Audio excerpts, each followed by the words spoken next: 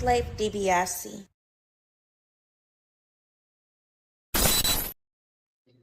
Yo, yo, yo, yo, yo, yo.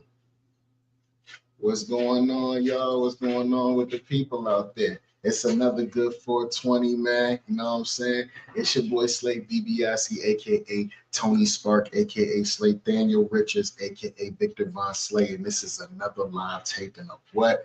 The Offenders Initiative podcast. All my stoneheads, all my proper offenders, man, my real stonehead superheroes out there. Thank y'all for pulling up.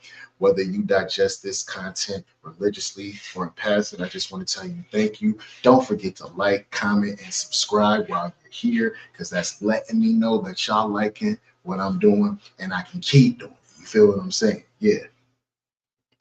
But yeah, y'all see what it is? Y'all see the caption, man? Before we even get started, oh, my boy Cap is in here. Yo, Cap, what's good, my boy? Okay, I see you. Yeah, we're gonna try another banger session, man. You riding in the car with your boy, man. We rolling out, Now, but for real though, y'all see the caption, man. A Night of the Seven Kingdoms, episode 4 reaction. They dropped it a little early because they didn't want HBO Max didn't want to conflict with Super Bowl Sunday possibly taking away their views. So salute to HBO for dropping that early episode last night, which will be this morning, Friday, so that we could watch episode 4 of A Night of the Seven Kingdoms. And GloRilla, GloRilla's sister, her sister, brother, sister, GloRilla, niece feud, niece, all that. Supposedly, the girl GloRilla, your favorite rapper. Some of them say your favorite rapper, man. They say she got some family drama going on, man. Like a sister that came online talked crazy about her. Who is this? Julian Cruz. What's going on? What's going on? Light up, Julian, man. Put something in the air. Tell me what you're smoking on. Thank you for pulling up. I appreciate it. I ain't even got started yet, Cap. I ain't even got started yet, man. Y'all tell me in the comments, man, what y'all smoking on, man. What's going on? Effed up. What's going on with you, my boy? Yeah. Everybody pull up, man. Today, I have the last little bit here. Well, not the last little bit. What I have in this blunt right now is the last portions of the key lime pie that I've had. Key lime pie, I got it from that nigga up the street. Just to let you know exactly what's going on. Key lime pie is exactly what you would think it would smell and taste like. It's very, very citrus forward, very, very lime, and it's an indica lot. I'm telling y'all that right now from my own experience. You know what I'm saying? Sidhu Muswala. Okay. The boy said he popped to, oh, you popped to that new pack coming in. Ain't nothing wrong with that, my boy. Hey, ain't nothing wrong with that. As long as business is handled, ain't nothing wrong with that. But yeah, you know what I'm gonna do? I'm gonna go ahead and start off with this situation with GloRilla and her sister brother sister. Yeah. Hold on. Player 456 White says love from India, and I love India too. I need to come out there and visit y'all. Salute. But without further ado, man, let's get into this, right? Shit. Yeah, GloRilla, for real, bro, GloRilla. That's the only thing that I can say. Like, you gonna see what I'm saying? Watch, hold up. We about to get into it. Y'all check this shit out, man. About y'all favorite rapper ain't shit, and I'm getting tired of it. Y'all mad. Fuck, y'all talking about some she ain't obligated. How the fuck she ain't obligated when she want to sit here and all them interviews and talk about the struggles we been through and then reach back and help none of us out, but got her friends around and shit. And my mama still working at FedEx. Y'all better get the fuck out of my face. Y'all mad. I'm talking about y'all favorite rapper. Y'all favorite rapper ain't shit, and I'm gonna let her say it again. getting tired of it. Y'all mad. Fuck, y'all talking about some she ain't obligated. How the fuck she ain't obligated when she want to sit here and all them interviews and talk about the struggles we been through and then reach back and help none of us out, but got her friends around and shit. And my mama still working at FedEx. Y'all better get the fuck out of my face. So am I right? Was I right for her to be dubbed the infamous, affectionately now known as GloRilla? Am I not right to call what I see sitting right here? I'm just saying. Okay, so the question before we go any further with this situation right here is it a I done came into some money and there's some entitlement, or get your whole ass up and get your own job? Is it one of those? Because you know, in our family, well, when it comes to family, like entitlement is just a word you got to deal with. And I don't understand it, but yeah, twins, yeah. See, and we're gonna get into that in just a second, my boy. We're gonna get into that in just a second. Hold on, let's see what else we got here. Y'all made I'm talking about y'all favorite rapper. Y'all favorite rapper ain't shit, and I'm getting tired of it. Y'all mad. Fuck. Y'all talking about some she ain't obligated. How the fuck she ain't obligated when she wants? Hold on. This says, and our parents are not straight. Our dad just borrowed $100 from my mom. Y'all think y'all know shit, but don't. I had to give my mom 1,800 on a $2,400 rent because y'all favorite rapper blocked her. I'm tired of being quiet. Let me ask y'all out there, man. Does GloRilla have to give her family anything? It's just a question that I have. It's a question that I have. You in a situation, you trying to come up, you might be chasing your dreams, working a job at the same time, whatever the case may be. And ain't nobody on your family side, by the way. Her sister brother GloRilla over there, they call him her Scarface. Just all of this is just wrong to me. You know what I'm saying? You got GloRilla face with Birdman tattoos on your face. I don't like it. I don't like it. But anyways, you working a job or whatever, you're chasing your dreams. Your dream finally popped, right? Oh, your dream is about to pop. Yet you can't get a ride from nobody. You can't get nobody to like, comment, and subscribe. You can't get nobody to, and even on the lowest level, to support, right? You pop. Now everybody coming back around with their hand out. Is it right? They never supported you, never helped you, or was never there. Now they coming around with their hand out. Is it right? Or is it entitlement? Let me see. They probably was fucking her over. I would help my mom stuff. See, okay, Cap. Even with that, bro, we don't know the situation of what's going on with her and her OG. We very well could find out that maybe she helped her OG. Maybe she helped her OG and her OG got too comfortable and started disrespecting. You know, that'd be another thing. Folks feel like they're entitled, they're family, and you supposed to help them while they disrespect you, while they do grimy slime, snake ass shit to you, but you still supposed to help them because you got the money to do it. I ain't with none of that neither. You need some of this money over here. You want some of this money, but you don't want to work for it, right? Your sister a whole rapper. You ain't trying to be a rapper. You can't put together something. Can you help her with her schedule or something? Why aren't you trying to get on the team?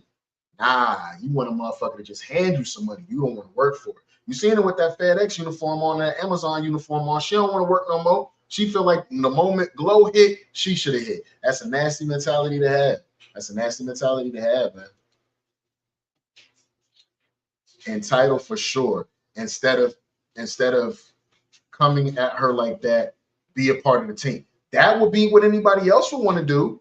Be a part of the team, you know, because I'm coming from a place of I'd rather be making my own money versus waiting around for somebody. Like I'm waiting on some daddy type shit, some mommy type shit. I'm waiting on you to give me some money. Like you said, I'm typing it. See what you can help with. Yeah, man, straight up. See what you can help with. That shit crazy, man. Hold on. We got some more little evidence on this situation because it gets worse. You ever been in a situation where people keep talking and the more and more that they talk, you're like, I see why nobody fucking with you. It's one of those type of situations. So yeah, I love the people like Jackie Chan said. I love to let people talk who love to talk. Then you can find out how much full of shit they are. Yeah, exactly. All right, y'all. This by way of a little bit of TMZ, man. You know, let's listen to what they got to say about this. Went on social media basically calling her out, saying that she doesn't take care of. So GloRilla's sister went on social media basically calling her out, saying that she doesn't take care of her siblings or her parents, and it's causing a lot of online conversation. So let me catch you guys up. So Glow's sister Scar posted several posts on Facebook implying that GloRilla does not help her parents or her siblings, in which she clarified there are 10 siblings. Her sister went on Facebook and said, "I'll really go live and expose y'all favorite rapper." And she goes on to say, "And our mama working at FedEx. Bet y'all didn't know that though." But GloRilla, and she goes, Hold on now, because we can read that. I'll really go live and expose y'all favorite rapper. Same mom, same dad, 10 siblings. Y'all think y'all think she is this upright person when she really not. Hold on, whoa, it's messing me up when she really not. Ain't fuck with you since you got on, and I'm constantly getting acknowledgement for being her sister, and she ain't fuck with you at Gloria Woods. Call my bluff. It's been 4 years. Why the media haven't seen your siblings? And don't say because you protecting us, because we still in Memphis. It's because you talk about our struggles and you don't fuck with us. Oh, and she ain't fuck with us at all. Gloria. Okay, so she tagged her and all that. The young man, her little brother, tagged her and was like, "You ain't been fucking with us or whatever. Why you won't even talk about us?" Me personally, they got the same face. She want to be Glow. I don't care what nobody says. She want to be Glow, but we'll get to that. Goes on to say, and our mama working at FedEx, bet y'all didn't know that though. But Glow a millionaire? Yeah, GloRilla then clapped back. She went to Instagram and posted a screenshot of her and her mom's messages where her mom is basically thanking and praising her for. See, this is what I said. We don't know. Thank you. This is a message from her mama. Manu. Thank you so very, very much. Really didn't want to ask because you already do so much for us. That killed it all right there. I really don't have to read the rest of this. But hold on. I thank you so very, very much for all that you do. I don't take it for granted at all. I really do love and appreciate you so very much. God bless you for your honor, respect, kindness, and love shown to me. You're such a blessing to me. When I become a millionaire, it says her head blocking, it says you. Meanwhile, I'll prayerfully keep you in God's hands continually. Okay. So that kills it right there. You talking about my mama still work. Maybe your mama want to work. Maybe Glow just isn't where she's at right now to be able to have her mama not working just yet. You don't know what's going on because you're too busy counting somebody else's pockets. That is a poison to any grown person, whether it's family, friends, or whatever. You count somebody else's pockets, you're going to end up short on the count every time. Everything that she's done. Her mom even states that she doesn't take it for granted, and this is basically her clearly trying to push back on the claims. At some point, GloRilla responded directly to her sister with Indeed.com, basically telling her sister she's not responsible for taking care of her. So now the conversation. Nah, we're not going to actually just say that. Hold on.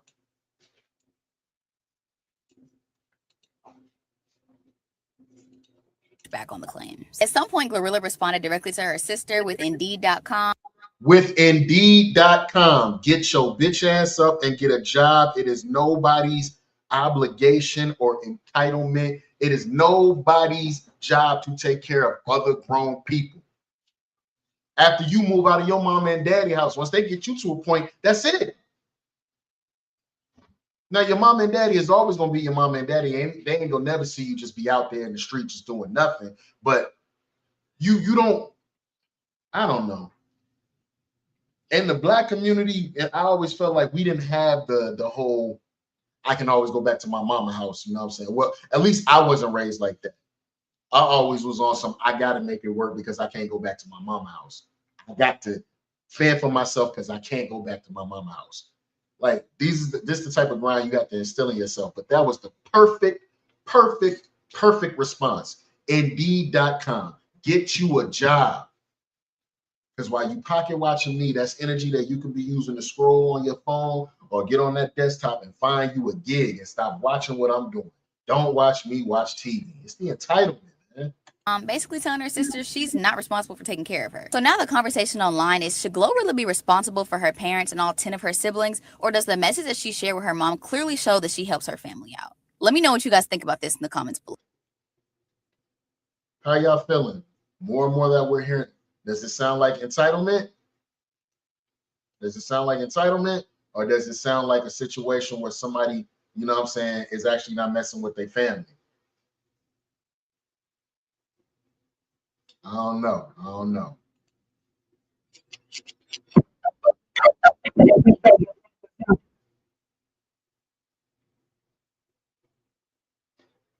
I don't know. I don't like the whole way that whole situation even looks or feels. Before we switch it up, hold on. One last thing. One last thing, just to solidify, because we could be looking at this wrong, right? So hold up. This is by way of Brandon Jamal, y'all. I hope y'all still smoking out there. Like, vape, bombs. You might have to break into the roaches, but like, bro, just kick it with your boy for at least an hour and you'll have a great sesh. Hold on, man. Hold on. You'll have a great sesh. It's always come, you know what I'm saying? Entitlement. Who is this? Lynn Jins Gaming. Can we 1v1 in Roblox Rivals? I don't play Roblox. I don't play Roblox. I play a lot of other stuff, but I don't play Roblox. Oh, we got one last little section with this, man. Hold up, y'all.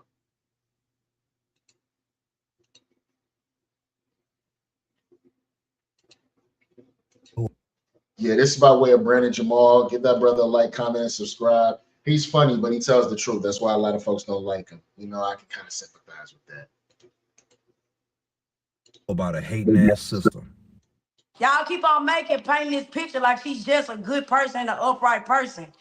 She's not. She was posted up at a basketball game, her man's basketball game. That's probably why this bro, sis, it, them, they thing is upset. Yeah, GloRilla making money as a rapper, but the fact. Hold on, then can you please sub in?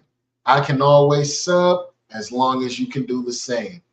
I am very, very much so about small content creators coming together and uniting and doing for each other. That energy just got to be the same. But I got you, Killer. And please believe I know if you don't. That GloRilla is dating an NBA player, I know that don't sit right with you. GloRilla has a lot of brothers and sisters. I'm talking about a shit ton. And when you have that many siblings, you bound to have one punk ass hater out the crew, especially if one of them is an STUD. So GloRilla's STUD sis bro sis came to the internet saying that GloRilla don't help out her family. GloRilla don't do nothing. GloRilla is not here for her siblings the way that they should be.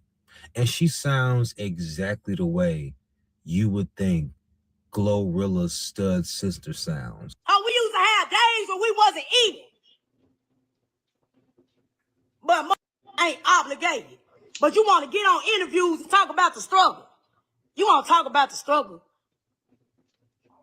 But yeah, ain't one of us shining, fool. Ain't one of us shining. You got air. Ain't one of us shining. I don't know, everybody that's out there watching right now, how many people feel like this is a phone call versus going on the internet? This was a phone call.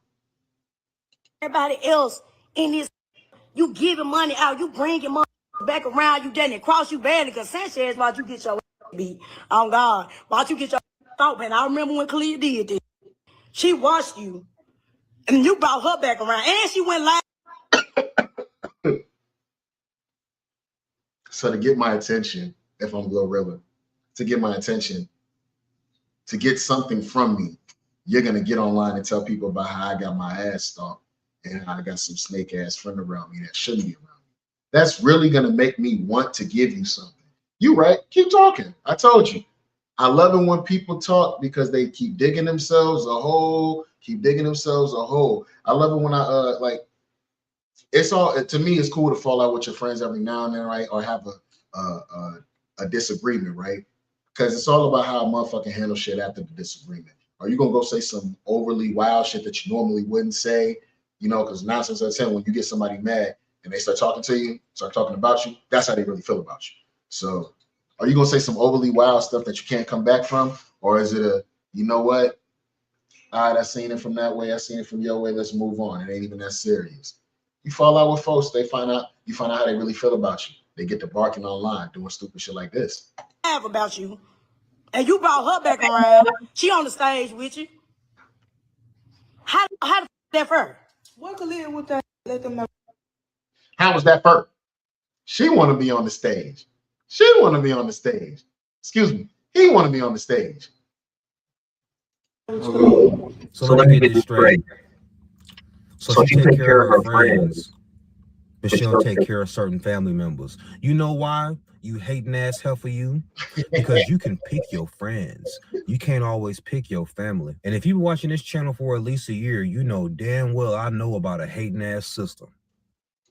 Hey, all I'm gonna say is, and I could be wrong, I don't know how y'all came up, but all I'm gonna say is sometimes, which equals to a lot of times, bro. I'm gonna tell you something, it be your own motherfucking people.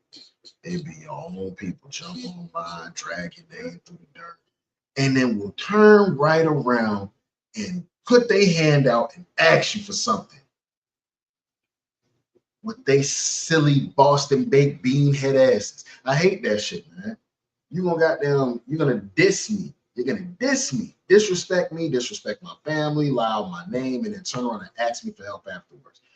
And I'm supposed to do it because we're family. It's not how that works. That bitch looking old, she been working at pole. That bitch looking old. That bitch looking old, she been working at pole. The clear that right here. Yup. Yup. Clear your van. Yeah, good your van. Clear your van. Clear your van. But you got Sanchez back around you. Like, bro, I'm just saying, no motherfuckers hate shit, bro. It's been 4 years, bro. It's been 4 years. Then I'm just seeing motherfuckers like, no, bro. Then mama sitting here and struggling. Y'all thought she bought a house. She did not buy my mama no house. Look at all these tattoos on bro sis and them face. Good buddy got them baby from Cash Money tattoos on his face. Yeah. Stereotypical angry stud syndrome. First of all, you're really frustrated. I can tell. Most studs are. See, I ain't saying all that. I don't even pretend to know, but I ain't saying all that. But what I can spot is somebody being a hater. I definitely can spot that. I can spot that all day, twice on Sundays. understand how studs get down with the get down. It ain't my business. I'll never care. But I would imagine y'all experience a healthy amount of frustration. That's why y'all are so thirsty to have somebody. That's why y'all be proposing after 3 weeks, because y'all be wanting to just lock something down. That's why y'all really don't have standards, if we're just being honest. Stop lying. She did not. She bought my daddy a house with his trick. And then he got the smallest house on the block. Okay. Talking about she retired. She didn't buy the mama a house. Okay. I've heard enough.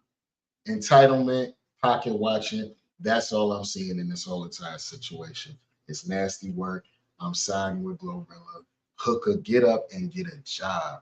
You better take all that frustration to UPS and go pack a truck with that dumbass shit you want.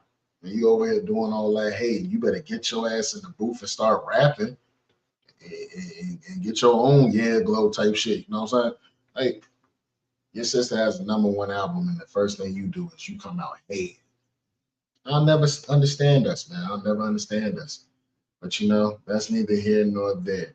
Y'all tell me in the comments, man. Is it entitlement or is it Glow not handling the business? You heard from my mama. You heard from her sister, brother, her bro-rilla. You know what I'm saying? You heard from him. Y'all tell me how y'all feeling on that one. My dog DC said super pocket watching. Yeah, like Justice League level pocket watching. It like for what? It's crazy.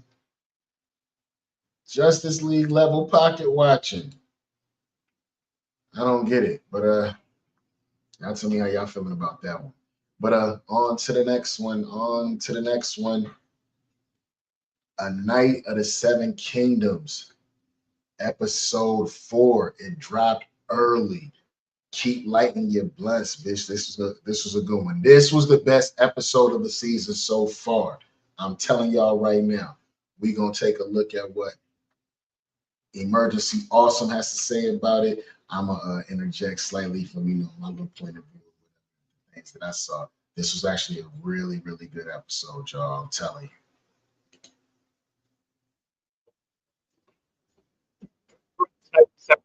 Episode 4. Craig's references to the books, WTF moments, so we'll break it all down. Everybody grab your swords and lances. Dunk is putting together a team. He needs 6 other knights to help him. What a coincidence if some of the best tournament fighters in the realm and most powerful people politically also just happened to wind up on his team. What I liked about this episode was, as timid as Dunk acted the entire first few episodes, right? This was the episode when he told everybody in the entire kingdom, are y'all pussy or nah? Like, who will stand and fight with me? Y'all seen what he did to that girl. He broke her fingers. It was unjust. Are y'all not true knights or not? This is what I was waiting for. This is the Sir Duncan the Tall that they've been talking about from the books. Dude's a whole legend for real, and this is just the beginning of it. Obviously, the real big twist here is Baelor joining his team at the end of the episode. Really love seeing that because he clearly hated Arion during last week's episode. Baelor joined, technically, from his house, Duncan then would be the ops. The prince joined Duncan to fight against his nephew. You know what's going down next episode. But in doing so, in joining his team and in Arion's selection, now the 7 versus 7 has turned into another mini Targaryen civil war right after the Blackfire Rebellion and the Dance of the Dragons during House of the Dragon. No big deal, though. I'm sure their father, King Daeron II, won't be mad that the Targaryen family is fighting each other to the death in open combat again. No, he's not mad at that. They side of that family don't feel mad about that. That's just it's more so like, okay, so this person's gone. It makes room for the next person to be king. Become king faster. That's how they looking at it in their household. The episode title is 7, which is a reference to the Trial of 7, which is the titular thing of this entire story that George R. R. Martin wrote in A Hedge Knight, the first book in the Tales of Dunk and Egg. The Trial of 7 is a specialized form of trial by combat that was brought over with the Andal invasion when they brought the tradition of knighthood to Westeros in the first place. Traditional knights in the order of knighthood didn't exist before the Andal invasion. So when you hear stories about tales of knights from the Age of Heroes, they're likely embellished. As Baelor told Dunk, the tale grows with the telling over the eras. By the way, after watching this show all up until now, I now have a newfound respect for the sport of medieval jousting. That shit is dangerous, goddamn. Like, you cannot walk away. The nephew put his staff straight through the horse's neck on some hood type stuff. I said, oh, poor horse. That was just it was messed up, man. But it was fire though. Trial of 7 is linked specifically to the faith of the 7 and the Andal tradition, their religion. The Andals believed that as 7 champions fought on each side, the gods thus honored would be more likely to see justice done. But like I've said before, I think the idea is they really just like the idea of 7 versus 7 more than 1 versus 1. Like, it just made for a more entertaining actual match to watch. During traditional trial by combat, the stakes are a little bit different. You can choose champions to fight for you. You don't have to personally fight in the match. Trial by 7 is different in that you do have to fight. Okay, so Duncan pulled up in the room, you know what I'm saying, when the episode first starts off, they got Duncan in locked up in the cell. Egg pulls up wearing the traditional garments of the House Targaryen or whatever. He got like on this all black M. Bison looking uniform with the red sash over it, still bald as hell, you know what I'm saying, lying, crying, and Dunk basically like, yo, your lying is what got me in this goddamn cell right now. He brought him some food, of course, but you know, he was like, well, the prince wants to see you. They gave him the option to actually, the Prince Baelor gave him the option to have trial by combat. That's a knight's, like, that's his right. Oh boy here though, yeah, man, Arion, he's scared to 1v1 Sir Duncan the Tall. Yeah, he's scared to 1v1 him. So he pulled this, since I'm royalty, I can choose to have him have the trial by 7. So here we are, 7 people versus 7 people. All out war. It's about to go in. On your team of 7 defending or attacking, depending on if you're the accuser or the accused. And the accused, Dunk in this case, is declared innocent if the accuser, Arion in this case, or accusers are either defeated or yield. And defeated as in killed. That's what they mean when they say defeated. If the accused is slain, it is believed the gods have judged him guilty, and the trial by 7 ends. If the accused cannot find 6 men to stand with him, if you can't find 6 people to fight with you, he is declared guilty as well too, and you are killed. So a really big part of the episode is Egg helping Dunk find the other 6 people for his team. That was the least the little boy could do for him, seeing as though he got him in all that trouble. Salute to Steely Pete though. Big dog back here with the big Baron Davis beard in the back. He got Dunk's new shield, and he like made him a new shield and made it like stronger and tougher because he said that shit was weak as hell. He did it kind of on the strength for him. So salute to him. This is also the main reason why Arion chose to turn the trial by combat, which Dunk was going to go for, because that was going to be his way out, into a trial of 7, because Arion doesn't believe that Dunk will be able to find 6 people to fight for him, and he also wants to find a way to weasel out of having to face Dunk in actual combat. He don't want no smoke with Dunk, straight up. He know what that's going to be. So it was a little smart move for him to, you know what I'm saying, do the little trial by 7. Because in a physical match, Dunk's great advantage is his size and strength. He overpowers pretty much everybody else at the tournament, even though he's not that great of a fighter. So in a traditional trial by combat, Arion would have had absolutely no choice, but this, he thinks, is his way of winning. And even though Dunk has started making friends and allies at the tournament in the couple of days that we've been here, remember, it's only been a couple of days that they've been at the tournament so far. One of the main reasons why Lionel Baratheon chooses to be on his team, in addition to being Dunk's friend, he's also extremely, extremely excited about, one, the idea of fighting. That's the new shit. But salute to Lionel Baratheon, man, for actually pulling up on Dunk's behalf. Awesome. He's like, man, you thought I was going to miss this? He was like, we about to kill some shit. I was like, that drunk motherfucker is actually going to pull up and show up. I liked it. This was really a good episode, y'all. In a trial of 7, because there hasn't been one in hundreds of years. The last trial of 7 was actually fought by Maegor the Cruel during his time when he was challenged by the Faith. And even though he did wind up winning that trial of 7, he was the last man standing, and he was in a coma for a couple weeks. That's how hard up he was, how much damage it did to him. And we'll talk about this as we go through the episode too, but the other big reason that Lionel Baratheon chooses to be on his team in particular is because he loves the idea of sticking it to the Targaryen family, because he believes they need to be taken down a peg. I was about to miss a chance to bloody up the King's Guard in that pretty white gown. You kind of see in the first couple of episodes, especially with what Arion did. What's crazy is I hope that everybody that now has stepped up to fight with Sir Duncan, I hope everybody walks away. But this is Game of Thrones, man. You know everybody's not walking away okay. And if they do walk away, they might be missing an eye, an arm, a leg, something. Just this next episode is going to be bloody, I'm telling you. It got to be. In the way the small folk reacted to him killing the horse and acting dishonorably in last week's episode, that right now the realm doesn't really like the Targaryens that much, because it drugged the realm through 2 different civil wars of their own. This was also why Raymond Fossaway had all that Targaryen slander in last week's episode too. He talked about did in the way the small folk reacted to him killing the horse and acting dishonorably in last week's episode, that right now the realm doesn't really like the Targaryens that much, because it drugged. How many of y'all were watching House of the Dragon? I can't wait for the next season to come out. Y'all know that's already crazy. That's deep in the pot crazy with that one, man. The realm through 2 different civil wars of their own.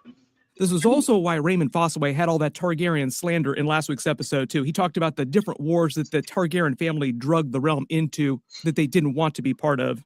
He was talking specifically about the Dance of the Dragons, which we're watching on House of the Dragon, and we'll see in season 3 right now, with a couple really big battles going down, and then the Blackfire Rebellion, which you started to get flashbacks for and a lot of Easter eggs for in the first.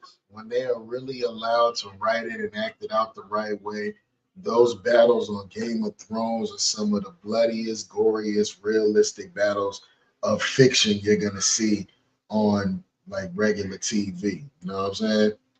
Shout out to those fight scenes. Couple of episodes of this series. We'll get more Blackfire Rebellion flashbacks too. But a really big part of the episode is Dunk finding those other people and showing the different reasons for all of them wanting to be on his team. The opening scene starts with Dunk in the cells right after he's been arrested for striking Arion. The way he looks up at the roof, the confined area at the grate, is meant to remind him of what it was like trying to survive when he was growing up as a young boy in Flea Bottom and King's Landing. This will be part of some flashbacks that we'll see in next week's episode, where he's doing some similar things. Egg comes in wearing traditional Targaryen colors, now red and black, because his father Maekar is back and is making him dress up like a member. Got that boy dressing like M. Bison. Yeah, man. That dude look like Magneto in Professor X. His father Maekar is back and is making him dress up like a member of the royal family traditionally would. Baelor, being one of the few people that actually understands the truth of the matter, makes Egg beg for forgiveness for deceiving Dunk, playing him for the fool. Dunk also jokes about how many Aegons there have been in the past. When he says 4 Aegons, there have actually been more Aegons in the family, but only 4 of them were kings before this. So technically this makes young Egg Aegon the 5th, which the fortune teller revealed to him that he would be king someday, so he will be Aegon the 5th. Jon Snow, for example, if he had sat the Iron Throne, actually been crowned king, he would have been Aegon the 6th. He should have been. Might that be what the new Game of Thrones spinoff might be? I don't know. Could be. He explains to Dunk why he lied in the first place and how he came to be at the inn in Daeron's plan to skip the tournament. The whole idea is that Maekar was ordered to the tournament with him and Baelor, their families, and Maekar ordered Daeron to compete in the tournament as part of the family. Daeron obviously wanted nothing to do with that, so he said that he and Egg were going to hide out at the inn nearby the tournament until the tournament was over, until Egg happened upon Dunk, like they just happened to meet each other, and Egg actually really did want to go to the tournament, really does want to be a squire and become a knight someday. So part of the idea is that Egg just saw this as an opportunity, and because he's still a little... All that lying Egg did, and they got Dunk locked up in jail, and now about to be fighting for his life. It's not right. Little kid, like he's very precocious, he's very highly learned for a little kid, but at heart he's still a little kid, so he didn't think that he was doing any harm, even though Baelor tells him you don't necessarily need to mean to do harm in order to actually do harm. When he takes him to meet with Baelor, this is Lord Ashford's office. Basically, the Targaryens have taken over Lord Ashford's castle while they're at the tournament, like they're all staying inside the actual castle itself. Baelor explains the truth of the matter, and even though he understands what's really going on here and wants to help Dunk, the deck has been stacked against him, and he is actually held to the letter of the law. Even though Baelor is the hand of the king and the heir presumptive, the most powerful you can get in Westeros, besides being the actual king sitting on the Iron Throne. Because the accusing party is Arion, his blood, also part of the royal family, he can't bend the rules in Dunk's favor. He wants to. He know he should, but he can't. That's kind of messed up, because he even says when he's talking to Sir Dunk and to Egg, he says at that point when Egg saw his brother slapping up that girl and breaking her fingers and all of that, he should have came and got me. He didn't. He went and got you. He immediately put you in trouble. So the little boy didn't know how much bad he was really doing. It's kind of sad, but it's about to lead to a crazy episode, though. Dunk's only option here to survive is trial by combat. When he explains to Dunk, typically the other option is to get the offending body part that you struck the royal family member with cut off. He struck him with his hand and his foot, meaning that he would lose 2 of his limbs, and his dream of becoming a knight would be dead. Then there are a couple really important moments here that sort of set up the idea of why he might actually choose Dunk's side, because he believes him to be the right party in all this, the just party. First, he tells Egg that Egg should have come to him to stop Arion instead of Dunk, another example of him not liking Arion. Like, he definitely would have struck Arion, but because he's more powerful and also part of the family, so he wouldn't have gotten in trouble the same way that Dunk did. Would you not have done the same? I might have.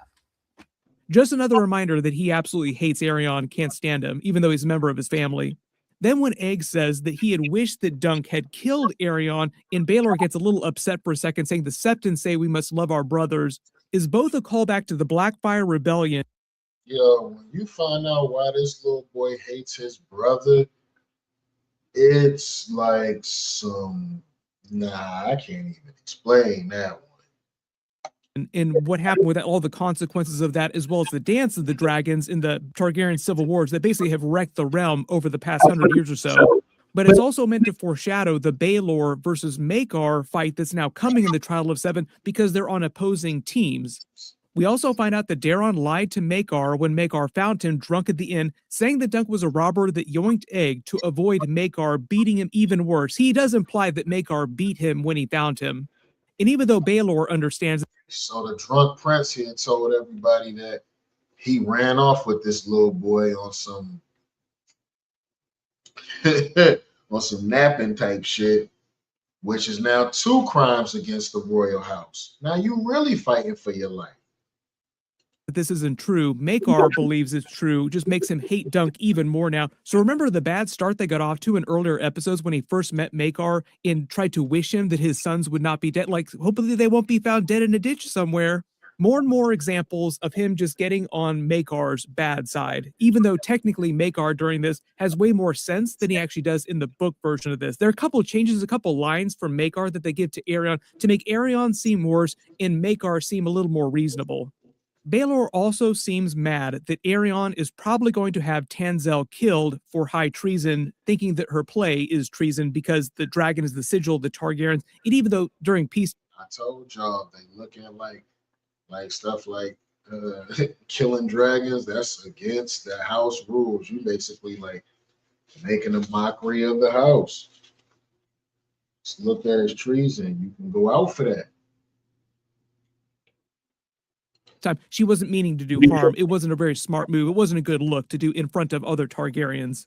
This is also why Tanzel took off to go back to Dorne. Later in the episode, we find like she left the shield with Steely Pate and then went back to Dorne because she is from Dorne originally. Time to take off before Aerion has time to actually draw you up on charges and come for you. Then this moment where Dunk challenges Baelor. She was smart. She was smart. She said, yeah, let me go ahead and get up out of here before this dude come for me and I end up hanging somewhere in a tree. She went back home. Smart girl. Too bad we won't see her again. So Dunk really just crashed out over a girl that he's never going to see again. That's up. Saying that all knights make the same oath is the idea that in the eyes of the seven, all knights are meant to be equal to defend the innocent and held to the same standard, which Baelor also believes in, the true tenets of being a knight. He's actually meant to be a very good person, a just person, which is why he would potentially make a very great king someday that everyone's really excited about. But this is Dunk planting the seeds in Baelor to him joining his team being the right thing to do. So I think had Dunk not challenged him in this way, he might not have actually chose to fight for him ultimately. There's a little time jump and they hold him on trial. It's Baelor, Maekar, Aerion, Leo Longhorn, Tyrell, who remember didn't remember Lord Ashford and is not sympathetic to Dunk, and obviously Lord Ashford himself. You also notice there are several times here where Aerion tries to weasel out of the match. He doesn't want to fight Dunk. First, he tries to decline the trial by combat, and I love the way that Maekar gets so pissed off at him, calls him out in. Yo, he calls him out in front of everyone. He said, yo, I know you ain't over here trying to call this goddamn trial by 7 shit because you scared to square up with Dunk. He was like, he's a rat. He's a hedge knight. I know you ain't I know you not pussy like that. You afraid of a hedge knight. My man said, it is my royal right. You pussy is what it is. In front of everyone else for being a coward, trying to avoid having to face Dunk in combat. Then his backup plan is to try and call for a trial of 7 as another way out of trying to fight Dunk because he doesn't believe that Dunk will find 6 other people to fight for him, so he won't actually have to fight in the first place. Then one of the changes they make from the book version of this is in the book version, Maekar is way madder at Dunk, and a lot of the lines that Aerion has originally were Maekar's in the books, like if a cause is just, good men will fight for it, and if you don't, it's because you're guilty. I think part of the idea is that they're trying to set up some of Maekar's future arc and why he would actually lean a little bit more on Dunk later in the series. During the books, they just made it seem like Maekar had it out for Dunk way, way more. They release Dunk so that he can go find the other 6 knights that he needs, the other 6 champions, goes back to camp to see his horses, and Raymond Fossaway, who's like the first friend that he actually made at the tournament, is the first to actually try and help him.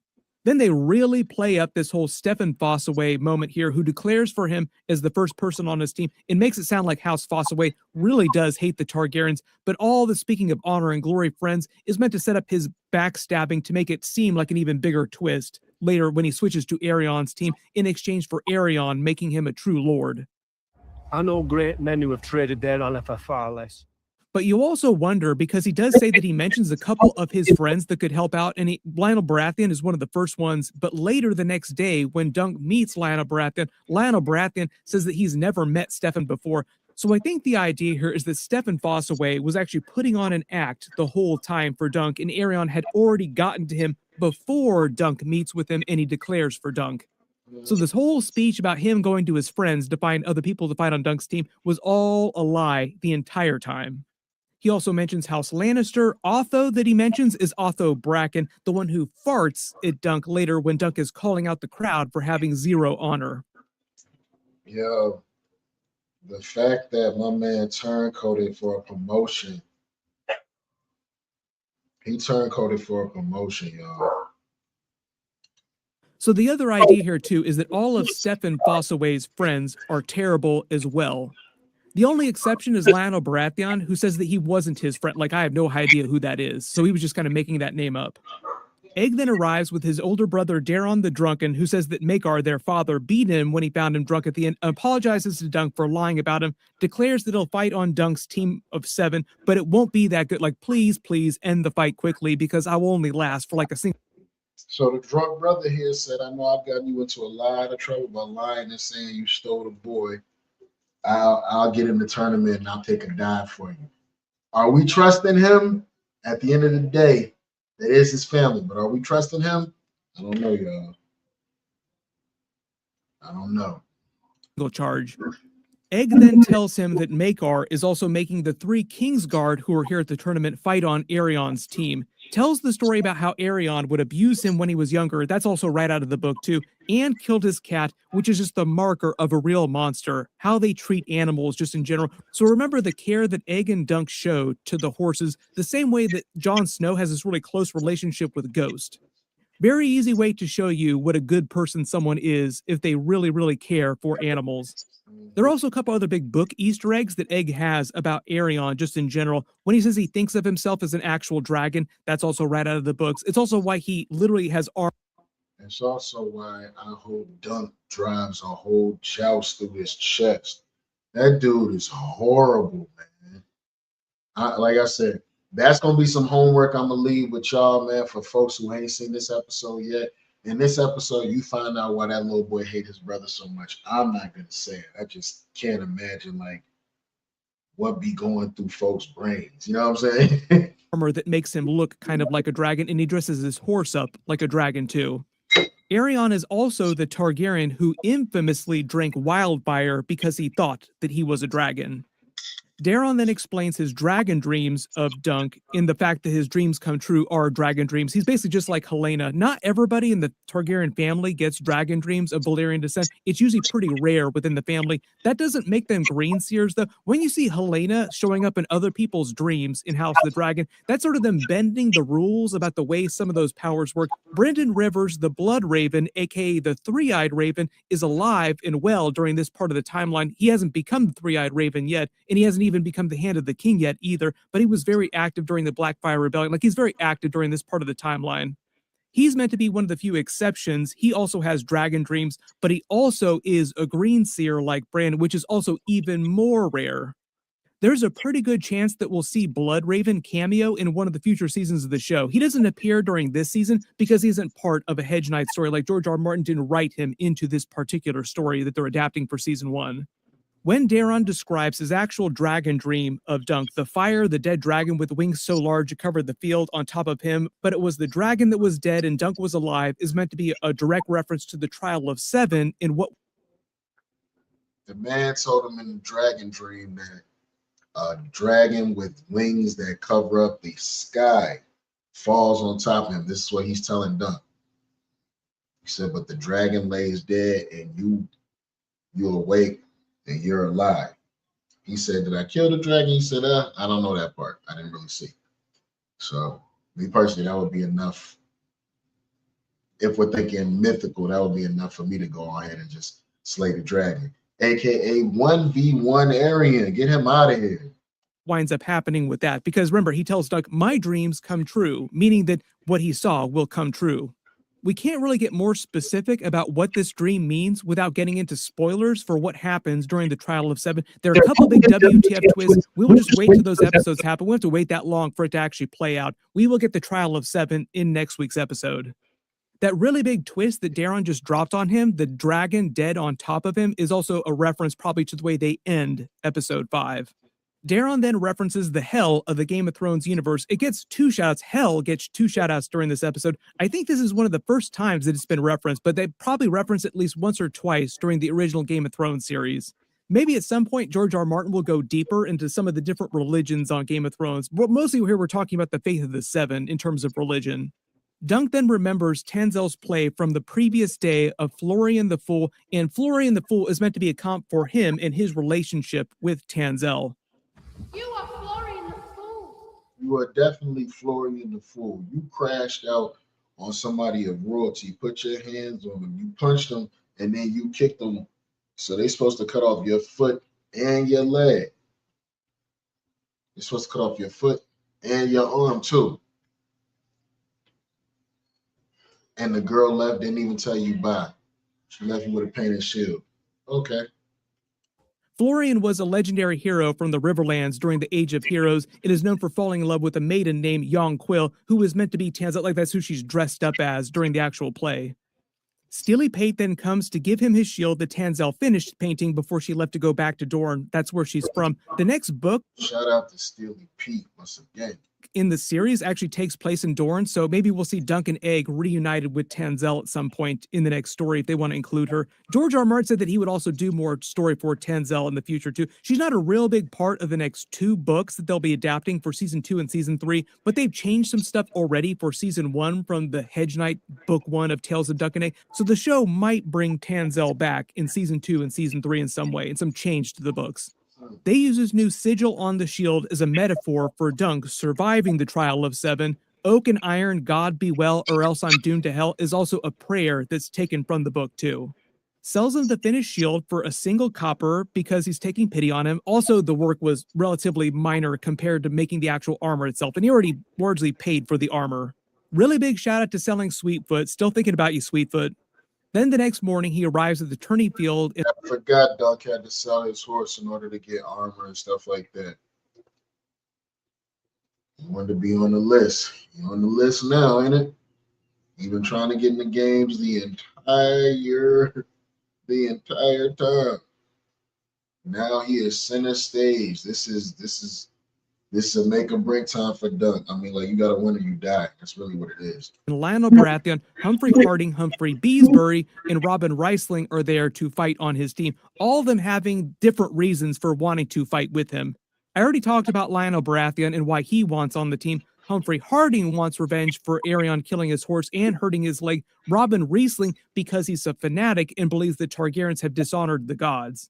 Maddest Knight in Westeros is going to fight on your team, and then obviously learns that Stephen Foster. Man, bro, you believe they dishonored the gods? Well, I mean, yeah, okay, I didn't want to say that. Way abandoned him and probably spent that entire night lying to him and had already declared for Aerion because Aerion offered him a lordship in exchange for fighting on his team. So part of the idea, I think, is that Aerion was trying to set up Dunk to fail so that he would show up on the tourney field with nobody fighting for him. But as Lionel Baratheon explains, it was actually Egg that came around and gathered all these people for Dunk, and Aerion wasn't betting on that. So the reason why any of these people are here at all is because of Egg. But the real big Stephen Fossaway betrayal here is also meant to set up the House Fossaway mini civil war between Stephen and Raymond that leads to the green apple versus the red apple branches of the family. Then they throw a little more fire on the flames of the idea that Dunk might not have been knighted by Sir Arlen because he refuses to knight Raymond Fossaway. Okay, I thought I was the only person that felt that way. Nah, like, my man told me, he was like, knight me, man. He was like, I'll pull up for you and be on your team and I'll fight for you, which is basically asking the man to die. He said, if you knight me right now, I'll fight for you. He was hesitant. Look at his face right there. Baratheon pulls up on him and says, yo, man, you're a knight. Go ahead and knight him. Then some other stuff ended up happening to where they had to pull up as a representative. So Dunk had to go away. He was like, don't worry about it. I'll take care of it. I'm not you handle all the paperwork. Yeah, it just the flames of the idea that Dunk might not have been knighted by Sir Arlen because he refuses to knight Raymond Bossaway, but also part of me thinks that they're giving themselves an out here where he's just reticent and doesn't want to get Raymond hurt, and that's why he won't knight him. So I don't think this is definitive proof one way or the other. Was he knighted or was he not knighted?